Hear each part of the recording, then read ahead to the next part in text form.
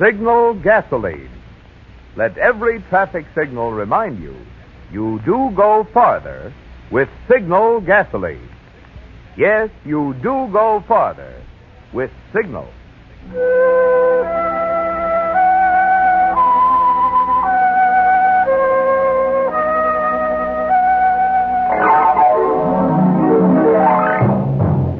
The Signal Oil Company and your neighborhood Signal dealer bring you another curious story by The Whistler. Tonight, Accident According to Plan.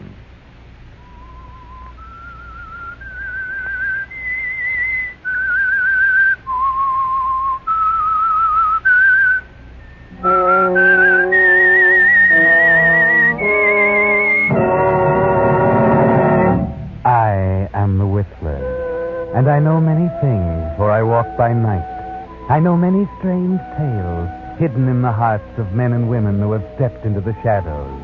Yes, I know the nameless terrors of which they dare not speak.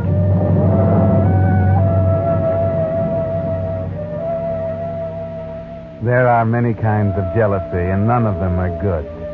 The jealous one in love is the most frequent. But there is another more terrible jealousy. Yes, that of a man for his co-worker. Tom Reddick was jealous of Charles Fremont's cleverness, his ability to succeed.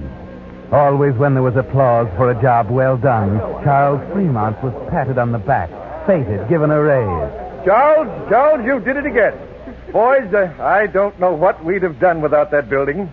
I only wish more of the men had your ability. Oh, thank you, Mr. Winston. I appreciate your kindness. Oh, nonsense, my boy. Charles, I'd like you to take over general managership of the plant.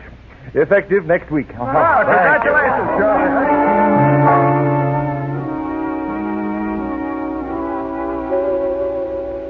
That's when the jealousy reaches a sickening height. When the man of whom you're jealous gets your job. Tom Reddick had been the general manager of the plant, but Tom Reddick hadn't been able to arrange the lease on the new building. Hadn't been able to do anything but his job the best way he could, slowly and often blunderingly. And when he lost the job, that's when Tom Reddick knew he had to kill Charles Fremont.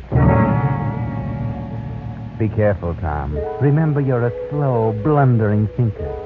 But this time, you have a plan that's beautiful in its simplicity. You'll have a few drinks with Charles that evening and offer to drive him home from work. And at the railroad crossing out on the highway, you'll get rid of Charles Fremont. It will look accidental. Charles will be out of the way, and you'll get your job back. So, after work that evening, you stop Charles in the washroom. Hello, Charlie. Congratulations on the promotion. Oh, thanks, Tom. I'm awfully sorry, fella, replacing you this way. It doesn't seem fair somehow. Don't be silly. I was never comfortable being general manager anyway. I'm more of a shop man. It feels strange when I'm not around machines. Oh, I'm glad you're taking it this way, old man. If I thought it was going to bother you, I'd rather not have the job. It really doesn't mean that much to me. Now, cut that out. You're the man for the job, and you take it. Hey, let me buy you a drink, and we'll toast your promotion and my return to the shop. Well, I should be getting home. Oh, come on. A drink will only take a few minutes. Well, okay. Let's go.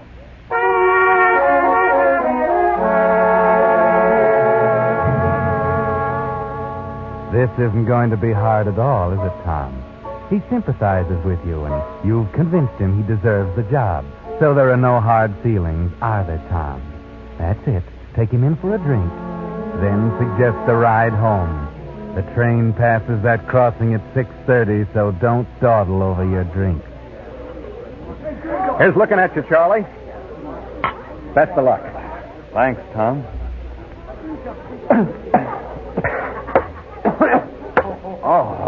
That could be a bad habit.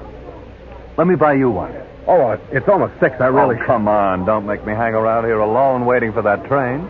Tell you what. I'll let you buy me a drink. You let me drive you home. Oh, that's darn decent of you. You're getting the worst of the bargain, though. Not at all. It's a pleasure. Take you right to your door. It's only a few blocks out of the way.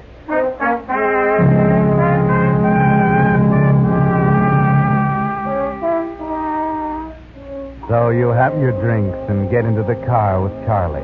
drive out of the lot, through town, and out onto the highway. If you time it right, you'll arrive at the crossing just at 6:30. If the train is on time, the signals will be going, and you'll have to stop the car. It'll be easy to tap Charlie over the head with a wrench you have in the side pocket. Then you can get out, set the gears, and run the car in front of the train. It's the same train you take when you go home evenings without your car. So you'll just climb aboard in the excitement and go on home. When the story comes out, you'll just say that Charlie wanted to borrow your car for the evening, and you let him, seeing as how he was a good and close friend of yours. Can't tell you how grateful I am, old man. I've gotten to hate that train trip. Forget it. Maybe we can fix it so you won't ever have to take the train. Oh, that'd be fine. Oh, those drinks made me sleepy. We have another 30 minutes of driving to do. Why don't you take a little nap? Yeah. Think I will, if you don't mind. Not at all. You just take a little nap.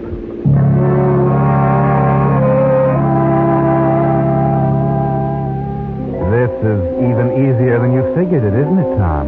He's sleepy from the drinks, and he dozes right off. Now you won't have to tap him with a wrench. You drive at normal speed, and soon the railroad crossing is just ahead of you. No sign of the train yet. Maybe it was early tonight, Tom. Maybe the train has already gone past the crossing. No, there's the signal. The train has passed the far curve. It's coming. Everything is in your favor now. Charlie is sleeping soundly. The road is empty of cars, and the railroad was kind enough to put one of their new automatic signals at the crossing. And here comes the train. But maybe all the noise has awakened Charlie. You get the wrench out of the side pocket just in case, and... Charlie? He doesn't hear you. He's sound asleep. The train is close enough now. You get out of the car, put it in gear.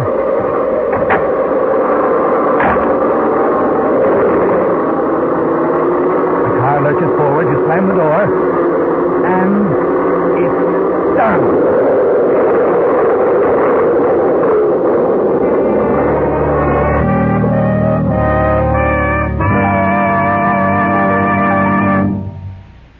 Whistler fans, don't look now, but right near your home is one of the sponsors of this program. Yes, I mean your Signal gasoline dealer. That friendly station wearing the black circle sign with the big yellow letter spelling Signal gasoline. And he's a man you should know these days, not only because he brings you the Whistler, but also because at stations wearing Signal's yellow and black circle sign, you'll find the West's famous longer mileage gasoline, Signal Go Farther gasoline. And after all, what's more important these days than getting the most miles you can from every gasoline stamp? So make it a point before next week's Whistler broadcast to get acquainted with your Signal gasoline dealer. Prove for yourself what more and more thousands of wise Western drivers are constantly discovering, that you do go farther with Signal gasoline. And now, back to the Whistler.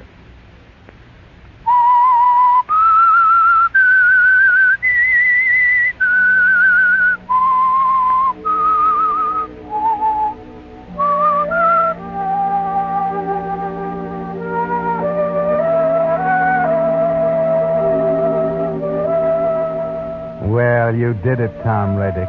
You killed Charlie Fremont. He's lying in that flaming wreck that was your automobile. And you hide there in the bushes until it's clear and you can sneak on the train. No one will know. No one saw you. You did it perfectly. But you keep rubbing your ankle, Tom. Does it hurt? Maybe you twisted it, jumping down into the bushes alongside the road. But it'll be all right, won't it? Nothing can go wrong now. The crime is done, and done well. It looks clear now, so you decide to run for it to get on the train.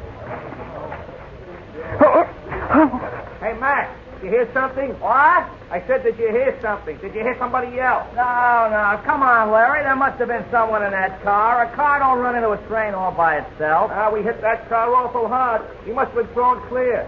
I thought I heard him moaning. Tape him over there. All right, you look over there. I'll keep looking around here. The guy might still be alive, you know, if he got thrown clear. Oh, why don't you just stop talking so much and look a little bit harder? You got no sympathy.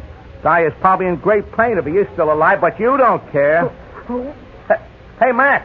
Max, I did hear something. Right over here. What are you fellas doing over there? We're looking for the victim. Find him over here. He's over here, Larry. Come on. I just heard something right here. Come on. They found him. Stop playing hide and seek in them bushes. He's over here. Hey, is he still alive? No, he's dead. And no wonder. Take a look at him.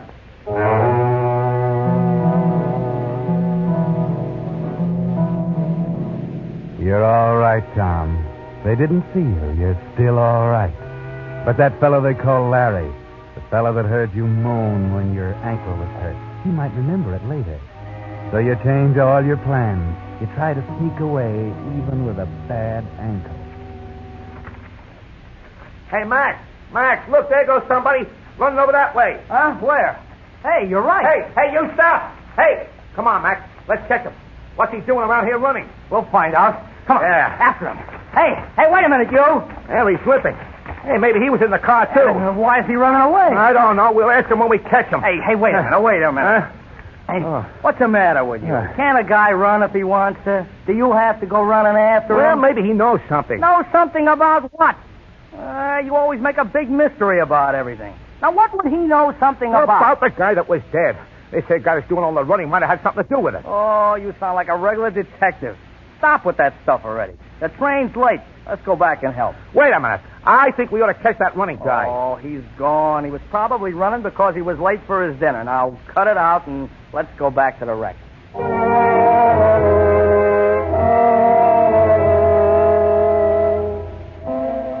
It's still all right, Tom. You got away, but that was awfully close. You hadn't figured on the ankle or a snoopy person. Now you've got to change all your plans. You can't get back to where the train is, and your ankle is swollen from the running you did. But there's a bus stop down the road, and the bus goes right by your house. It's not far to the bus stop. Just walk slowly, and you'll make it all right. There's the bus waiting to leave. You get in and take your seat. Evening, Mr. Reddick. Haven't seen you in a long time.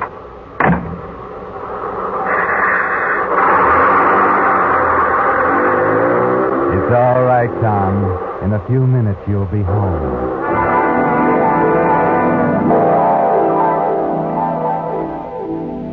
You forgot, Tom. You can't go right home.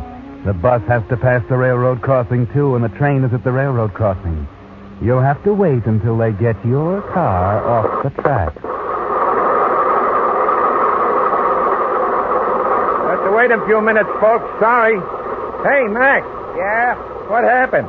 Car ran into the train. They killed the guy driving it. Really? Anybody hurt? I told you. Killed the guy. I mean on the train. Anybody hurt on the train? No. Hey, open the door, will you? Two of us got to go with you and tell the widow what happened. Yeah. Get in. Hey, Max, come on. Okay. Gee, I sure hate to have to tell that dame what happened, Larry. Shouldn't the police or somebody do it? No, it's better we should. Bad enough what happened without the police going to the house. Well, okay. Get in. Where do you want to go? The name of the deceased was Fremont. Charles Fremont. Lives on North Brookside Avenue. I passed a couple of blocks from there. Awful, ain't it? Oh, well, you know how it is. People don't pay no attention to signals at all. Yeah. It's awful, but serves the guy right for not paying attention. Hey, here's a good seat. Yeah. Hey, buddy, that right? What? I was just telling the driver what a terrible thing it is. Oh, yeah, terrible. Hey, do I know you? Seems like I've seen you somewhere. I don't remember. I don't think. Well, I meet a lot of people. I just know. Did you see the accident? Oh, me? Yeah, I did. I seen the whole thing. Yeah. It was terrible. Mm-hmm. My friend Max here and I were out taking a hike when we saw the accident. It was quite a joke. That guy driving the car, that's a guy I feel sorry for. He was a pretty young guy. Really? Yeah, maybe 35. Me and Max here are going to tell his wife. I think it's better if we go than if the police were to go. The least you can do, you know. Yeah, it's the least you can do.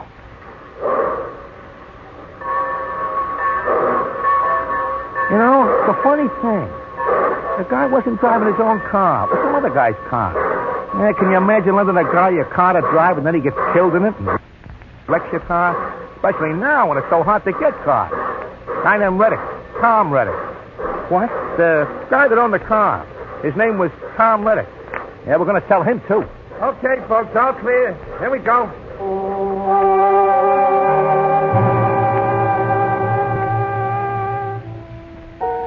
That's not good, Tom. Things are piling up, things you hadn't counted on. This man saw you running away, and now he's going to tell Charles Fremont's wife that he's dead. And then he's going to look for you to tell you your car has been wrecked. Why do some people always have to butt in, making you change plans? You've got to get out of that bus and get away. Get home before this Larry does, and some way get Hazel out of the house so that there'll be no one home when Larry gets there. Beechwood Avenue. Good night, Mrs. Nelson. I'll get out here, too. Oh, excuse me, Mr. Reddick. I forgot you were here. That's all right. Excuse me, I'm late. It's awful about Mr. Freeman. Awful. Good night.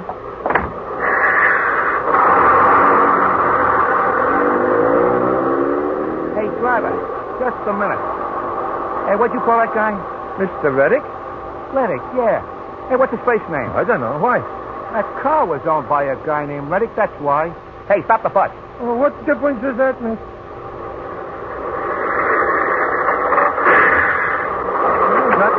Max, come on. Come on, I want to talk to that guy named Reddick. Yeah, we got to tell that woman you said.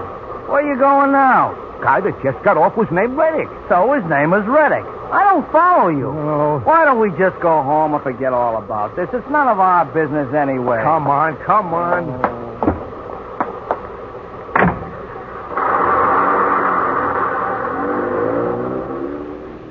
Don't you understand? I tell this guy all about the accident, who was driving the car, and who owned the car. And he never said anything about his name being Reddick. And the guy that owned that car, his name was Reddick. Didn't say anything, then he's just a guy named Reddick who didn't own the car. Say, what's got into you?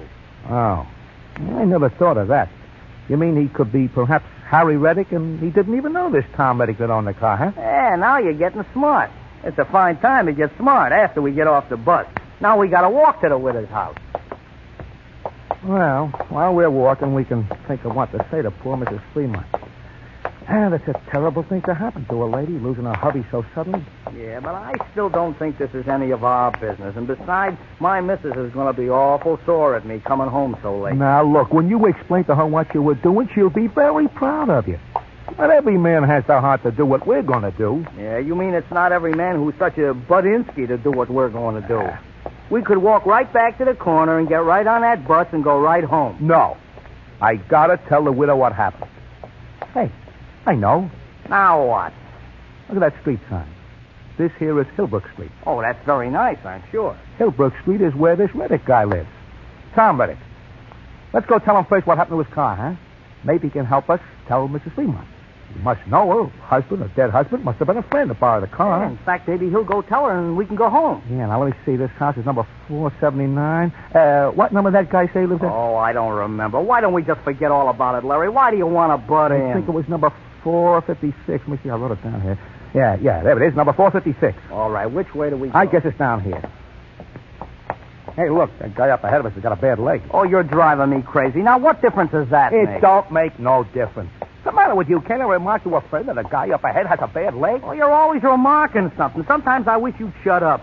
Max, that's not nice. Well, I do. Here's 460. Hey, look, the guy with the bad leg, he's finally home. See? Says it's the house down there. Yeah, but he's not going in, see? Hey, he just stopped to look at the number. Hey, that's that other Reddick guy, the one on the bus. Well, he's not going in that house, and that's number 456. Yeah, it is. Well, I hope they got insurance on their car.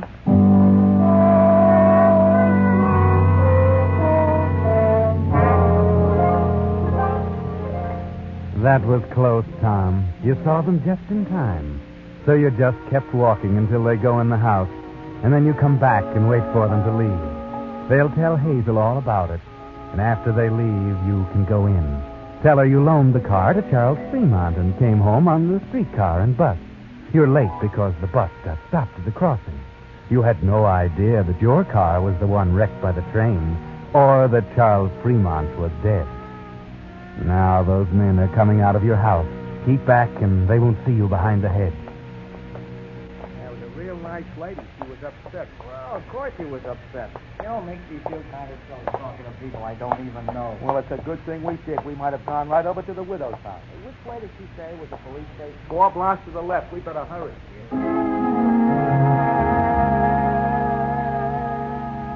The police station. Why are they going to the police station? What did they talk to Hazel about? Who are those 2 men, Tom, and why do they keep following you? Better hurry in the house, Tom, and see what was said.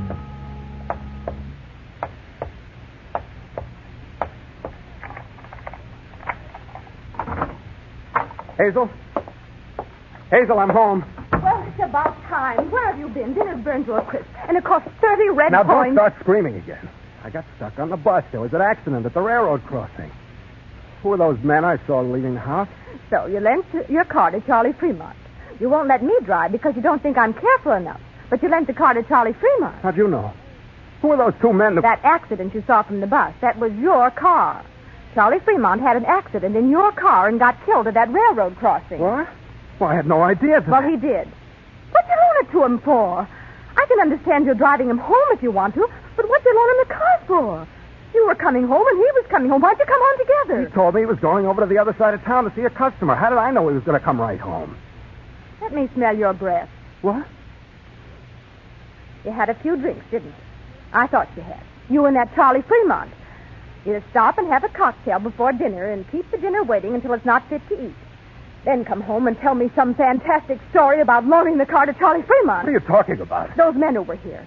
They asked me if we had any relatives living around us. I told them the only relative we had was my sister in California. That it must have been you they talked with on that bus. Maybe you can fool some people, but you can't fool me. I know you, Tom Reddick. You were in that car, and you got scared because you were both drunk. I told you I lent Charlie the car. How many times do I have to tell you I lent Charlie the car? Those 2 men told me about you. They saw you there at the railroad crossing. One of those men talked to you on the bus, and you made believe you'd never seen him before. Made believe you didn't even know people named Charlie Fremont and Tom Reddick. You're just a good-for-nothing drunk, and I wish I never married you. Look, Hazel, there's no sense in getting upset about this. Sure, I was in the car. We had a couple of drinks in town before coming home. Charlie insisted on it. I got scared when we had the accident, so I ran. You're not going to go and tell, no, are you? I most certainly am. I never did like Charlie Fremont. And his wife. That's no good. Calling me up in the middle of the afternoon to crow over me. Mrs. Fremont called you up? To crow over me. Bragging about how her Charlie got your job away from you. He takes your job away from you, so you go and have a drink with him to celebrate. Stop it. What's the matter with you? Aren't you ever happy? Don't you have any feeling toward me at all? What's that? I'm sure I don't know. It's the doorbell. Answer it. I'm not home. Don't you dare order me around, you drunk. Don't you dare even talk to me. Shut up. Yes? Good evening. We thought that... Hey, Max, it's the guy. Yeah, maybe you were right. What do you want here? Who are you? Hey, now, look, Mr. Reddick. Why didn't you tell us on the bus who you were? We were just trying to help you. It's none of your business who I am. Now get out of here. No. Take it easy, Mr. Reddick. Somebody has to do these unpleasant things, and me and Max here thought we would. It's the least you can do. He was in that car. I told you he was. Hazel, shut up. I will not shut up. You were in that car. You told me you were. You're so smart, having a drink with a man who takes your job away from you. Mr. Reddick wants his job? Oh, gee, I'm sorry to hear Mr. Fremont got his job, so he had a drink with him to celebrate. And then they were drunk and had that accident. that. Wait a minute. You mean that Mr. Fremont got Mr. Reddick's job away from him? And they had some drinks together, and then they were both in the car when it hit the train? Sure they were. Only Mr. Reddick ran away. Maybe he ran away because... Hey, wait a minute. Max, he's trying to... Get him, Max. He can't run far. He's got a bum ankle. Yeah, okay. There he goes down the lawn. Follow him, Max. Hey, look, he fell.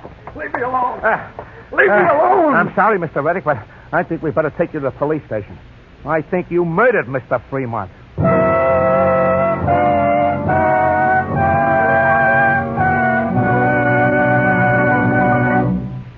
The Whistler will return in just a moment with the strange ending to tonight's story.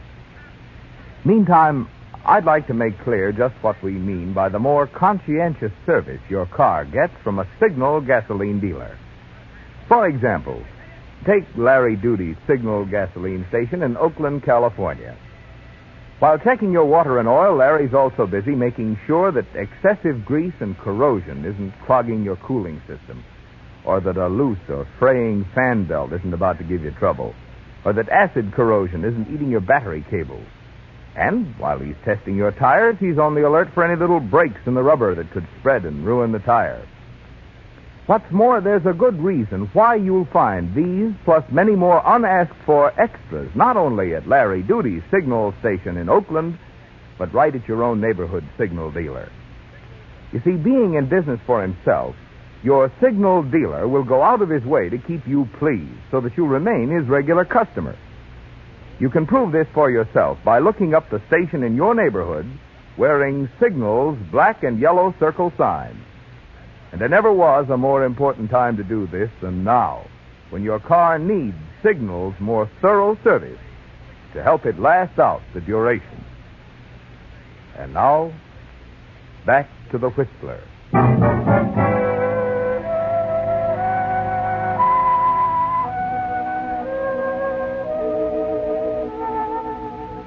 Well, Tom, you bungled your perfect plan, didn't you? But then you never were any good at planning. That's why Charlie got ahead of you. And, of course, you let the little man who was always butting in make you so nervous that you gave yourself away. But when you got to the police station, you really thought fast for once. You kept your mouth shut and let them believe what they wanted to. Your wife's story helped. You were drunk. The accident happened. You weren't hurt, but you got scared and ran away. Maybe they'll believe that. And all you'll get will be a few years for manslaughter. Maybe they'll believe it. But even as you think it, you know very well they won't. The motive is too apparent. Charlie got your job, so you killed him. No, Tom, you won't get away with it. And so as you sit in your cell and brood over the fate that awaits you, you make up your mind. And you start resolutely into action. A small barred window is high over your head. And as you strain, you think of that little man who was always butting in. The little man who caused all your troubles. And you can almost hear his voice. Sure, we know. We'll only be a minute. We got something very important to tell him. Reddick, huh? Well, he's in 214. Boy, he'll really be glad to see us. Yeah, you bet. We just sent me your copy. The coroner's a copy.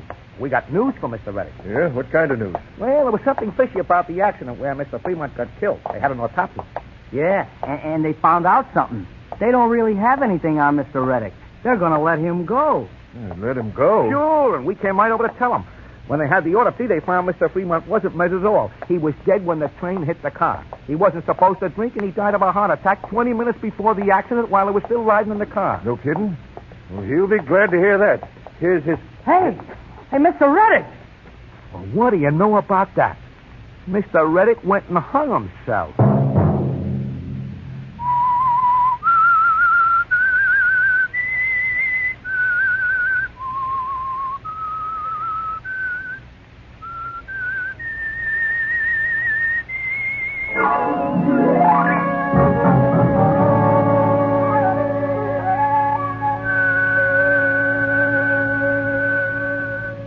Next Monday at 9 o'clock, the Whistler will bring you another strange tale.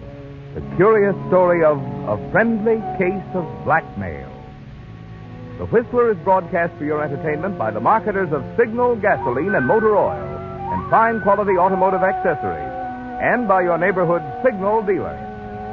This program, directed by George W. Allen, with tonight's story by Bruce Elliott, music by Wilbur Hatch, is transmitted to our troops overseas by the Armed Forces Radio Service. This is Marvin Miller speaking, and suggesting that you let every traffic signal remind you that you do go farther with Signal gasoline. Yes, you do go farther with Signal. This is CBS, the Columbia Broadcasting System.